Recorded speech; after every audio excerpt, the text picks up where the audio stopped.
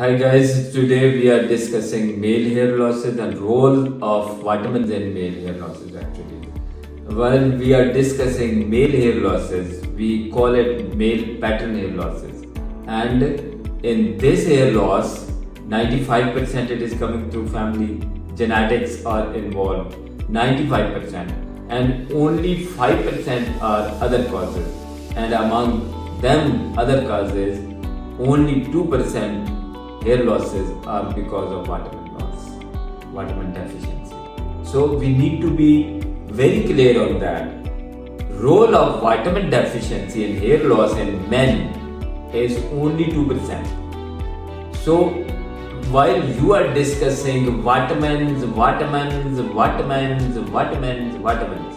is only 2% in men.